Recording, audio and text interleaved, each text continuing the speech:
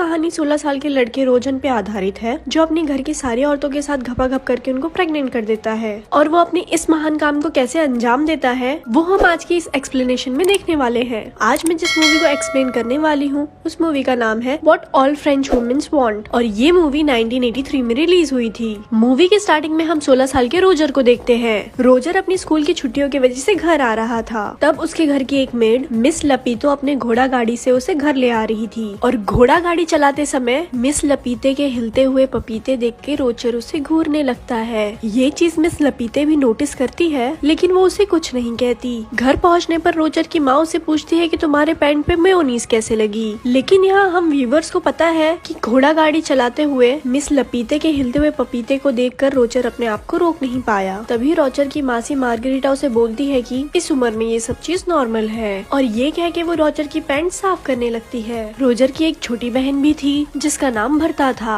उसके बाद भरता रोजर को जंगल में ले जाती है जहाँ मिस लपीते भी थी। तभी मिस लपीता रोजर के सामने ही साइड में जाके हल्की होने लगती है और ये देखकर रोजर की आंखें बाहर आ जाती है। उसके बाद रोजर को किसी के चिल्लाने की आवाज सुनाई देती है और जब रोजर वहाँ पर देखने के लिए जाता है तब उसे वहाँ पर उसी के घर की एक मेड उर्सिला किसी और के साथ जंगल में मंगल करते हुए दिखाई देती है। जिसके बाद रोजर वहाँ से भाग जाता है क्योंकि उसे लगता है कि वो एक गलत दुनिया में आ गया है। उसके बाद सीन स्विच होता है और हम पूरी फैमिली को एक साथ खाना खाते हुए देखते हैं, जहाँ हम व्यूअर को पता चलता है कि रोजर की माँ काफी स्ट्रिक्ट है। शाम को रोजर जब सोने की कोशिश कर रहा था तो उसे बाहर से कुछ आवाजें सुनाई देती है और जब वो कमरे से बाहर आता है तो वो देखता है कि एक नौकरानी घोड़ी बनकर खड़ी है और कोई उसके पीछे से बजा रहा है और ये देखने के बाद रोजर की फटके 4 हो जाती है और रोजर वापस सोने के लिए चला जाता है और बिस्तर में उसकी छोटी बहन बर्था छुपी हुई थी। तब बर्था उसे बताती है कि मिस लपीते ने मुझे बताया है कि हमारी मासी मार्गरीटा अभी भी वर्जिन है, जिस पर रोजर उसे पूछता है कि वो अभी तक वर्जिन क्यों है, जिस पर बर्था उन्हें बताती है कि उन्हें मर्दों से डर लगता है और इसलिए उन्होंने अभी तक शादी नहीं की है। तभी वहाँ अचानक से नैनी केट आ जाती है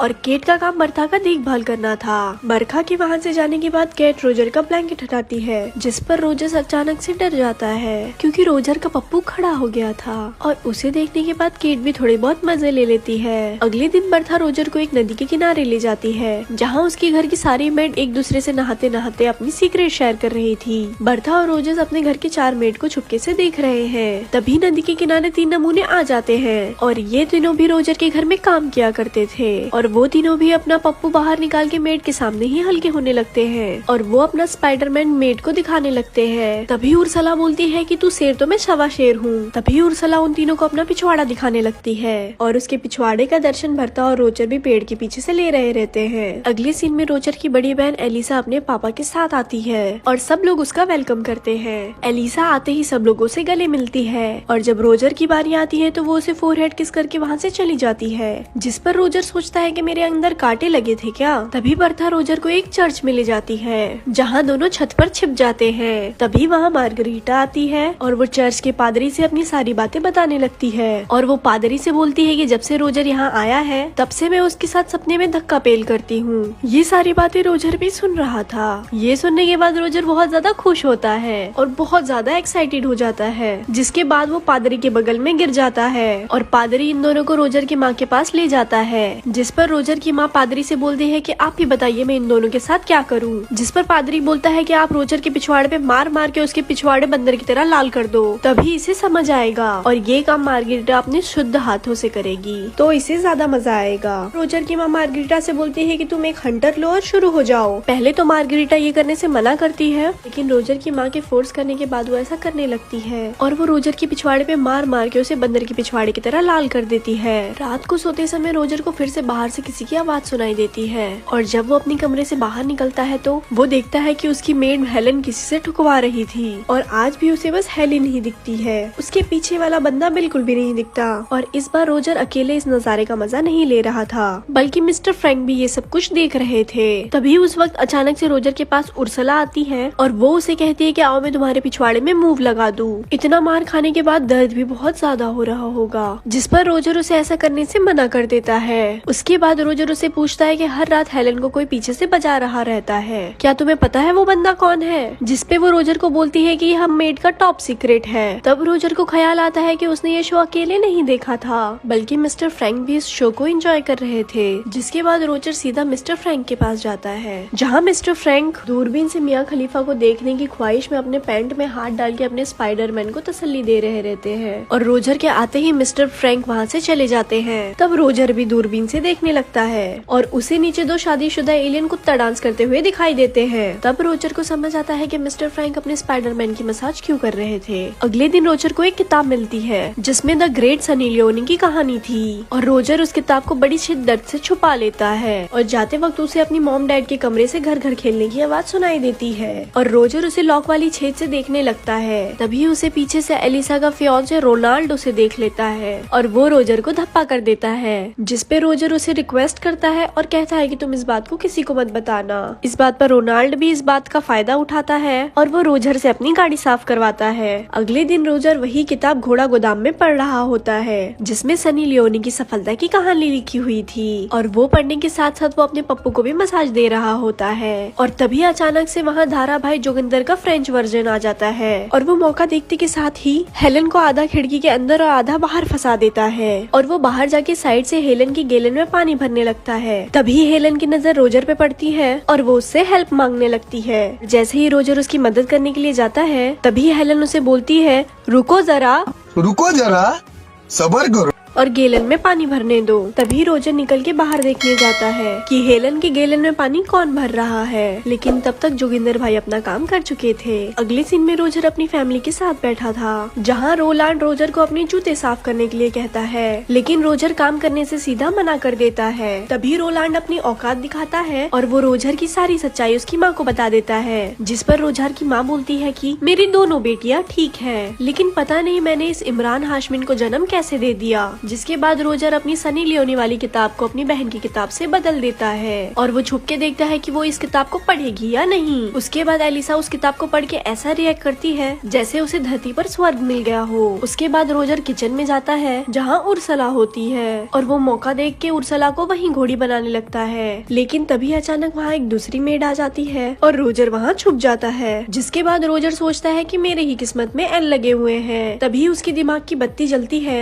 और वो मिस लबीता के पीछे उसके पपीते दबाने जाता है, जिसपे मिस लपीते उसे पहले मना करती है कि ऐसा मत करो, लेकिन थोड़ी देर बाद उसे मिस लपीते कहती है रोजर मेरे बच्चे जितना बजाना है तुम बजाओ। लेकिन वहाँ रोजर की नोबिता वाली किस्मत चमक जाती है और बाहर कोई जर्मनी और फ्रांस के बीच में जंग का ऐलान कर देता है और सबको पता चलता है कि जर्मनी ने फ्रांस से जंग का ऐलान कर दिया है। अगले दिन सब लोग युद्ध में जाने की खुशी मना रहे होते हैं, लेकिन रोजर की हालत ऐसी होती है जैसे उसने ढिंडोरा की लॉटरी जीत ली हो। लेकिन फ्रांस में एक नियम था कि वॉर में जाने से पहले वो लोग सब लोग अपनी बीवी को टीवी के सामने घोड़ी बनाएंगे, जिसके बाद सब लोग रात में अपनी बीवी को जंगल में ले जाके उसकी बजाने लगते हैं। जिस पर रोजर सोचता है कि बस ये आज रात की चांदनी है और इसके बाद तो इनकी पिक्चर मैं ही बनाऊंगा। सबके युद्ध में जाने के बाद सारी लेडीज अकेली थी और रोजर सबसे पहले उर्सला के पास जाता है जहाँ वो उसे ले दे के घोड़ी बना ही देता है और वो उर्सला से ये भी कहता है कि मुझे तुमसे प्यार हो गया है। जिसके बाद उर्सला बोलती है कि सारे लड़के पहली बार चरम सुख लेने के बाद यही बोलते हैं। अगले सीन में बरदा रोजर से बोलती है कि पादरी माँ से मिलने आए हैं। जिसके बाद ये दोनों भाई बहन उन दोनों की चुपके से बात सुनने लगते हैं। जिसके बाद रोजर की माँ पादरी से बोलती है कि मेरा पति कभी मुझे घोड़ी बना के लेता है और कभी डॉगी बना के, इससे कोई पाप तो नहीं। जिसपे पादरी बोलता है नहीं, वो तुम्हारा पति है, वो तुम्हारी घोड़ी बना के ले या डॉगी बना के, इसमें कोई दिक्कत नहीं है। लेकिन तभी रोजर की माँ रोजर को देख लेती है और वो बिना देर किए बाहर आ जाती है। अगले दिन बर्था की नैनी केट हमें दिखाई दी जाती है